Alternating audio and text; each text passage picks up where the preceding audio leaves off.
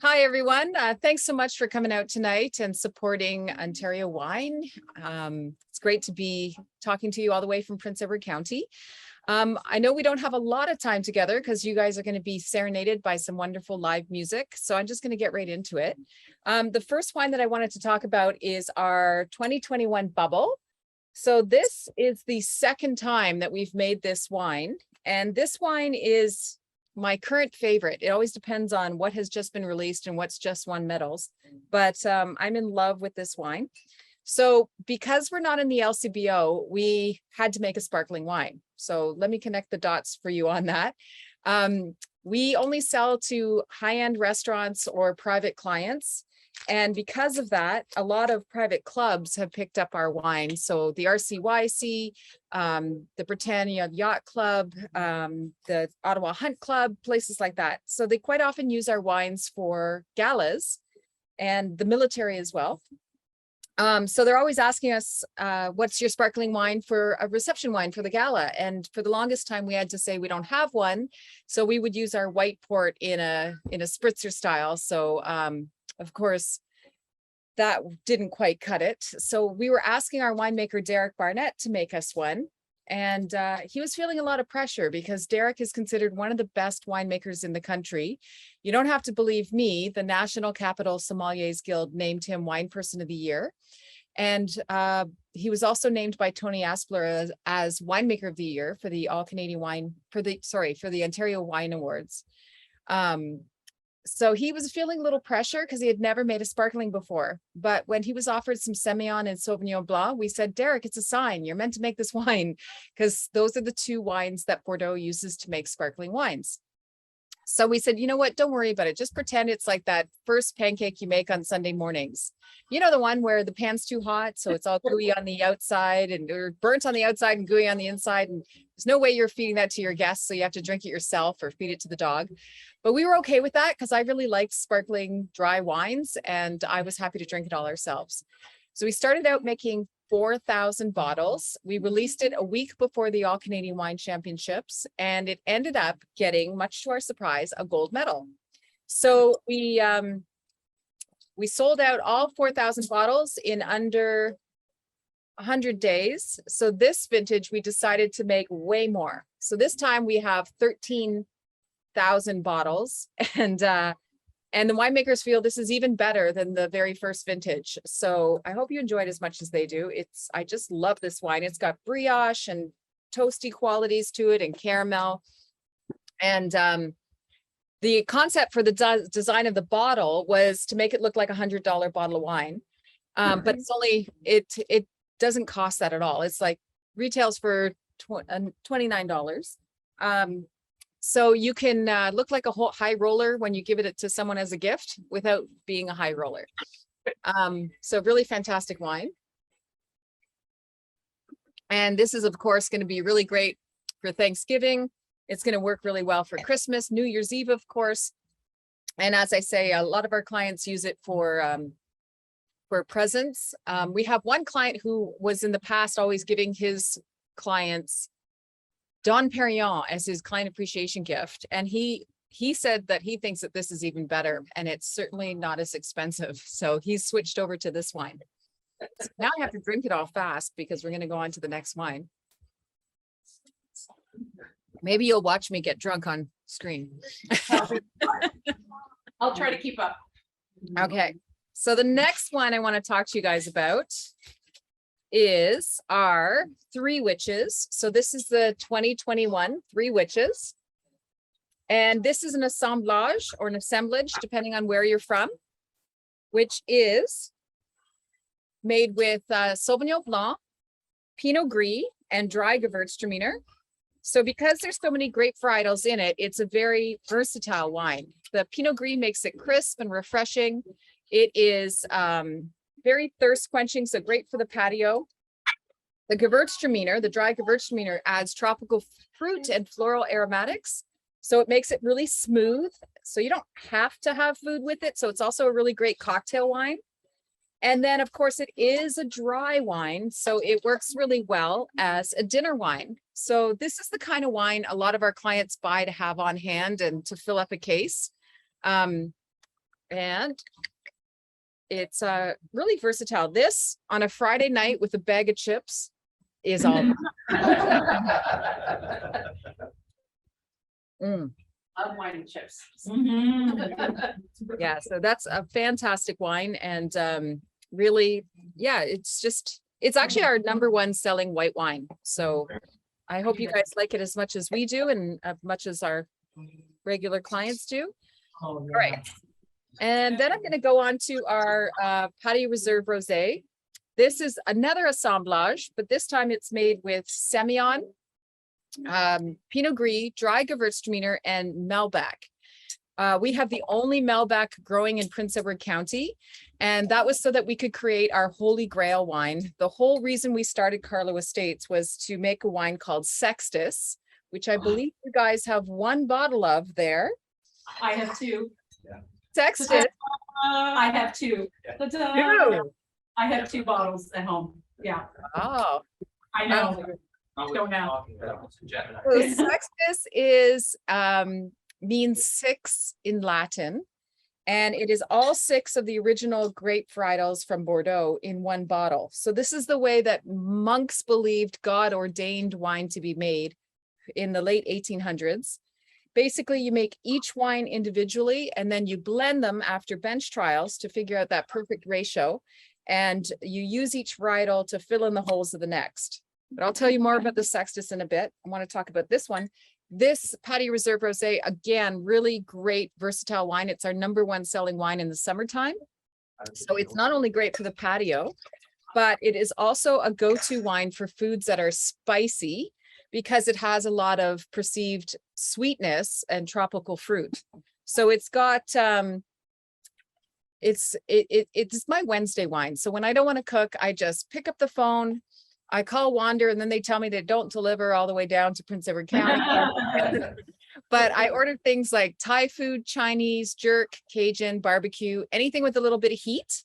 And the residual sugar or sweetness in the wine actually coats your palate and extinguishes the heat off your palate. So we all know that spicy food increases your metabolism. That's why we all start sweating when we eat spicy food.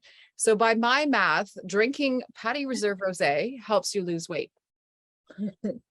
Okay, so you like your math. I like my math too. Drink more wine, lose weight, drink more wine. And then the last wine I'm going to pour for you is a stepping stone to our Holy Grail wine. This is our triumvirate. So triumvirate is an ancient Roman term that refers to 3 emperors ruling together. The idea was if 3 emperors rule together, then if at least 2 of them agree, then there'll be some sound government. And in this case, the emperors are Malbec, Merlot, and Cabernet Franc. So 3 of the 6 Bordeaux grape varietals. Again, all made as single varietal wines. And then we do bench trials to figure out that perfect ratio. And then they're blended for the smoothest, longest taste profile possible, using each varietal to fill in the holes of the next. And this is the wine that we also sells really well because we're not in the LCBO, we're able to sell this almost like wholesale prices. If we were in the LCBO, a wine that's handcrafted and blended like this would be in the $45 range, but we sell this for $29 a bottle. So it's a really great wine to get that full, it scratches that Canadian itch for full-bodied reds. It's got a really beautiful garnet color to it. It's about medium bodied, but it does have some body to it. It's a little bit opaque. And this is going to pair well with anything that's grilled or anything that is anything grilled or anything roasted. I personally love it with portobello mushrooms stuffed with pistachios. Ooh. And this is just released. This is the 2020 vintage. And so I'm not sure, which vintage do you guys have up there? We have the 2018. 2018. Yeah, so it's really neat that you can do a side by side eventually, or try that one and then order this one, because we always use Bordeaux grape varietals, but depending on what the vintage presents, it's kind of like winemaking is kind of like playing cards. You have to deal with the hand the vintage presents and make the best wine that you can. So each vintage, the varietals percentages might change. Sometimes the varietals change, but they're always Bordeaux grape varietals.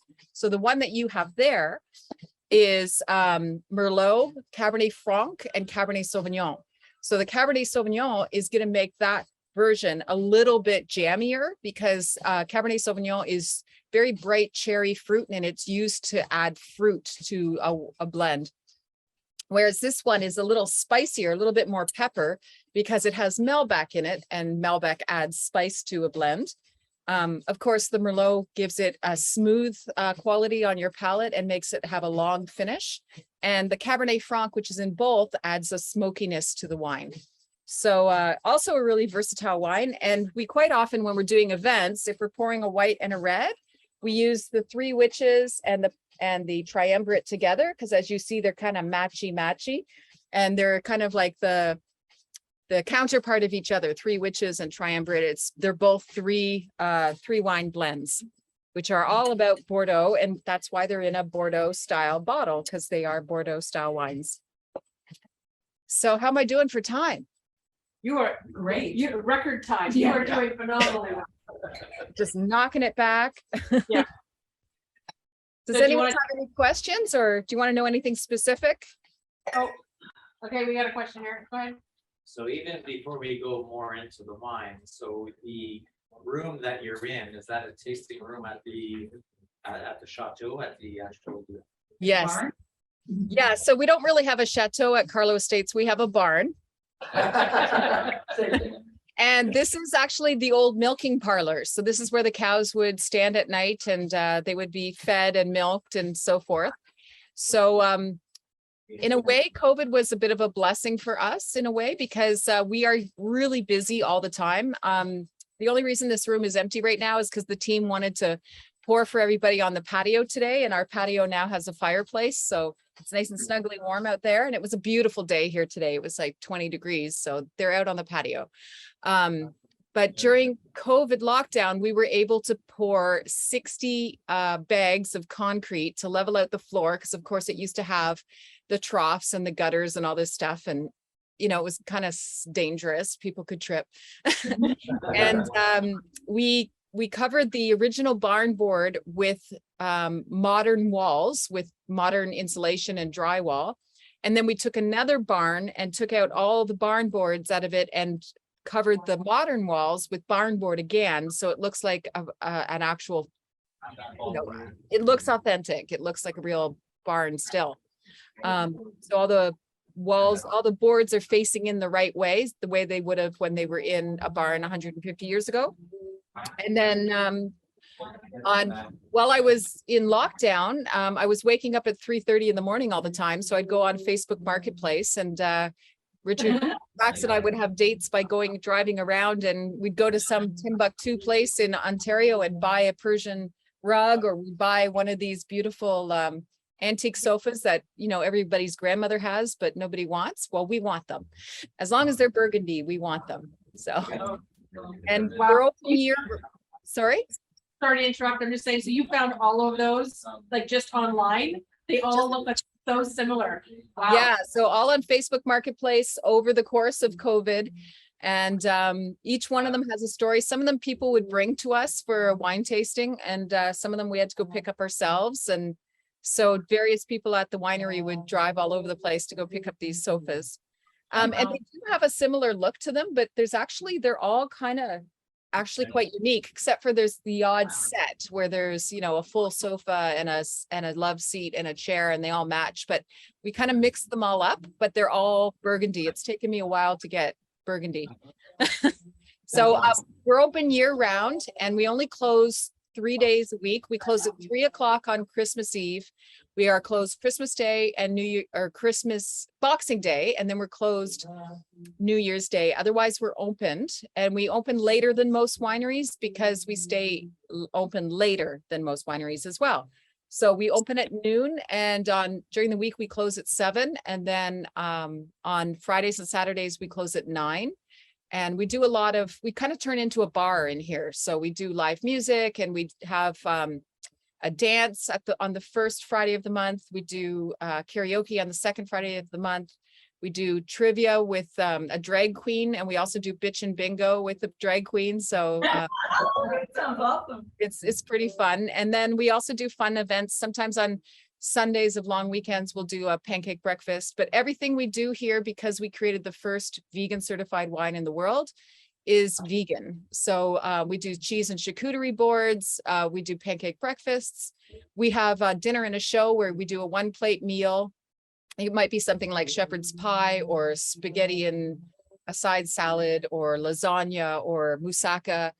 And then we pair 3 wines to it. And then the musician plays a song that is in response to the food. So one time we did, for example, we did Irish stew night. And so all the songs that the musician played were Irish songs. So lots of fun stuff happening in here. And that's always listed on our Facebook page and on our website if you want to know what's going on at Karlo.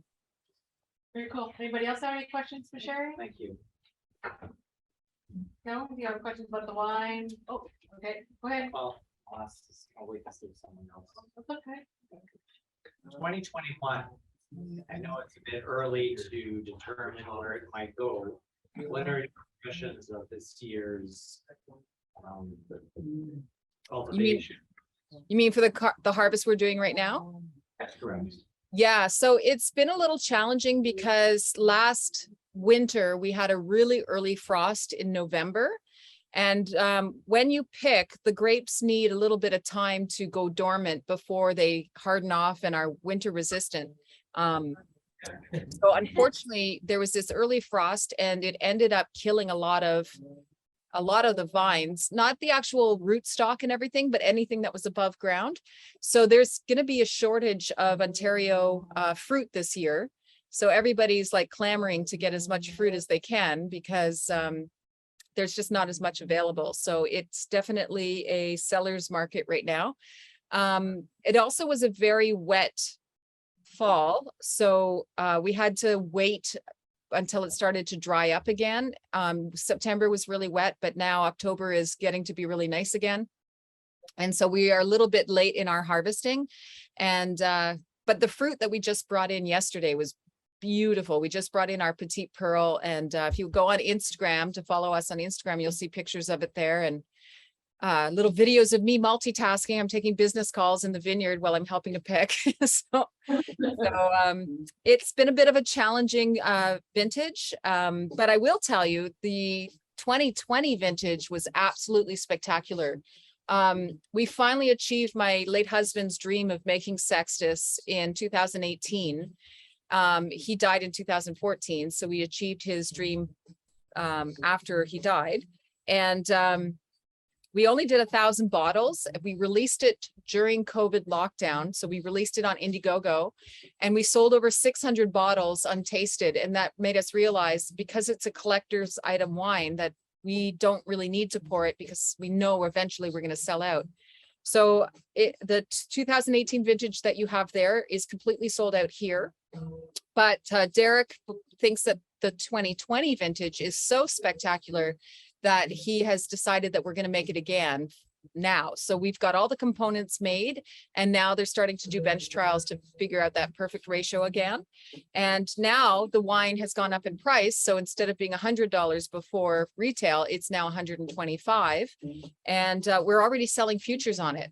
The Wall Street Journal says the #1 investment you can make is not GICs, it's not stocks and bonds, it's not real estate, it's actually fine art and fine wine. So an example of that is our Quintus was originally released at $36 a bottle. And now you can find it on restaurants for $1,000 a bottle. So that's just like one demonstration of how wine is one of the only inventory items that increases in value as it ages, rather than like a stereo or a car gets cheaper as it ages because we keep advancing through technology. So the bottles that you guys have there are now worth more money than when you purchased them. So Wow. you gotta drink buy them when they first come out so that you can buy low and drink high. And that is not the way it sounds. Okay, you have a couple of finance guys that are living and they really like that one. I'm going home to take stock. Yeah, no. And the thing is, I said, I don't think I'll be having any Quintus by the end of the night. Anybody else have to answer the questions? Yeah, go ahead. I'm just wondering why you think people are so afraid of Ontario wines. I sell a lot of Ontario wines in my restaurant and I find it hard sell. So why are people so afraid of? She's wanting to know why you think it's so hard to sell Ontario wines. She works in a restaurant. She's finding it difficult. Yeah, I think it's because of in the beginning, when people first started making wines, they were using Concord grapes, which are table grapes, to make wines. And that's why VQA was introduced in the, I guess, in the late 70s, where they were saying if you want to be designated as a Vintner's quality assurance, you have to use only these 8 different grapes. So they specified specific French varietals for people to use. So wine, it started out with, the industry started out by giving themselves a bad name. And I think now that as people are coming now out into wine country and experiencing the kinds of wines that we're making now, that perception is definitely changing. Year after year, the amount of VQA wines that are selling at the LCBO is increasing. So it is a bit of an upward battle, but I think that the industry kind of shot themselves in the foot by taking shortcuts in the beginning. And now we realize that we have very similar terroir to Burgundy, France and Bordeaux. So we can make, especially in Prince Edward County, our soils are very similar to Bordeaux and Burgundy. And so the thinking is that we can make wines that will rival any in the world because we have very similar terroir. The only difference between ours and theirs is ours is actually 4 times as old, from 400 million years ago. So the wine industry is young. It takes 25 years for the grapes to completely mature. Prince Edward County is now at about 23 years old. So we are getting there and it's already happening. We're winning international awards for our wine. So I think it's, there is a little hand holding that needs to be done. Maybe if you can do like a wine special at your restaurant where you're saying, okay, we're just going to let you try like a little 1 ounce pour of this wine to show you how great Ontario wines are nowadays. And then it's a little more of a hand sell, but then once you convert them, they're totally converted because I think everyone's realizing more and more that we have to buy local if we're going to help fight climate change and support our own economies. For every bottle of wine that you buy in wine country, you actually put $100 worth of revenue into the economy. Whereas when you buy an international wine, you're only putting like $8 and some odd cents into the economy. So it's a good cause to fight for. Sounds good. Yeah. Anybody else have any questions for Sherry? Or include my toast? No? Okay, I think that's it for now. We gotta go do some drinking. And All right. You gotta be rest up because you still have more harvest to do. You said there's 9 more rows left to do. 9 more rows on the property, and then we've got the rest of Ontario. Yeah. You know, you got things to do. That's great. Yes. Anyways, I appreciate you taking the time with us today. I said we were really looking forward to it, and I appreciate your flexibility when when COVID hit our bar this summer, which was not fun. But I'm hoping, I said we'll chat later to sort of confirm plans. I said we want to have you and Sachs come up and do a whole in-person thing, a walk around tasting of some sort. We think that'll be a lot of fun. Anyways, everyone's got something in their glass, so raise your glass. Here's the GDP. Here's the support of the GDP. Okay. Yeah. So cheers to Sherry and Karlo Estates, and cheers to Ontario wine. Cheers. Cheers.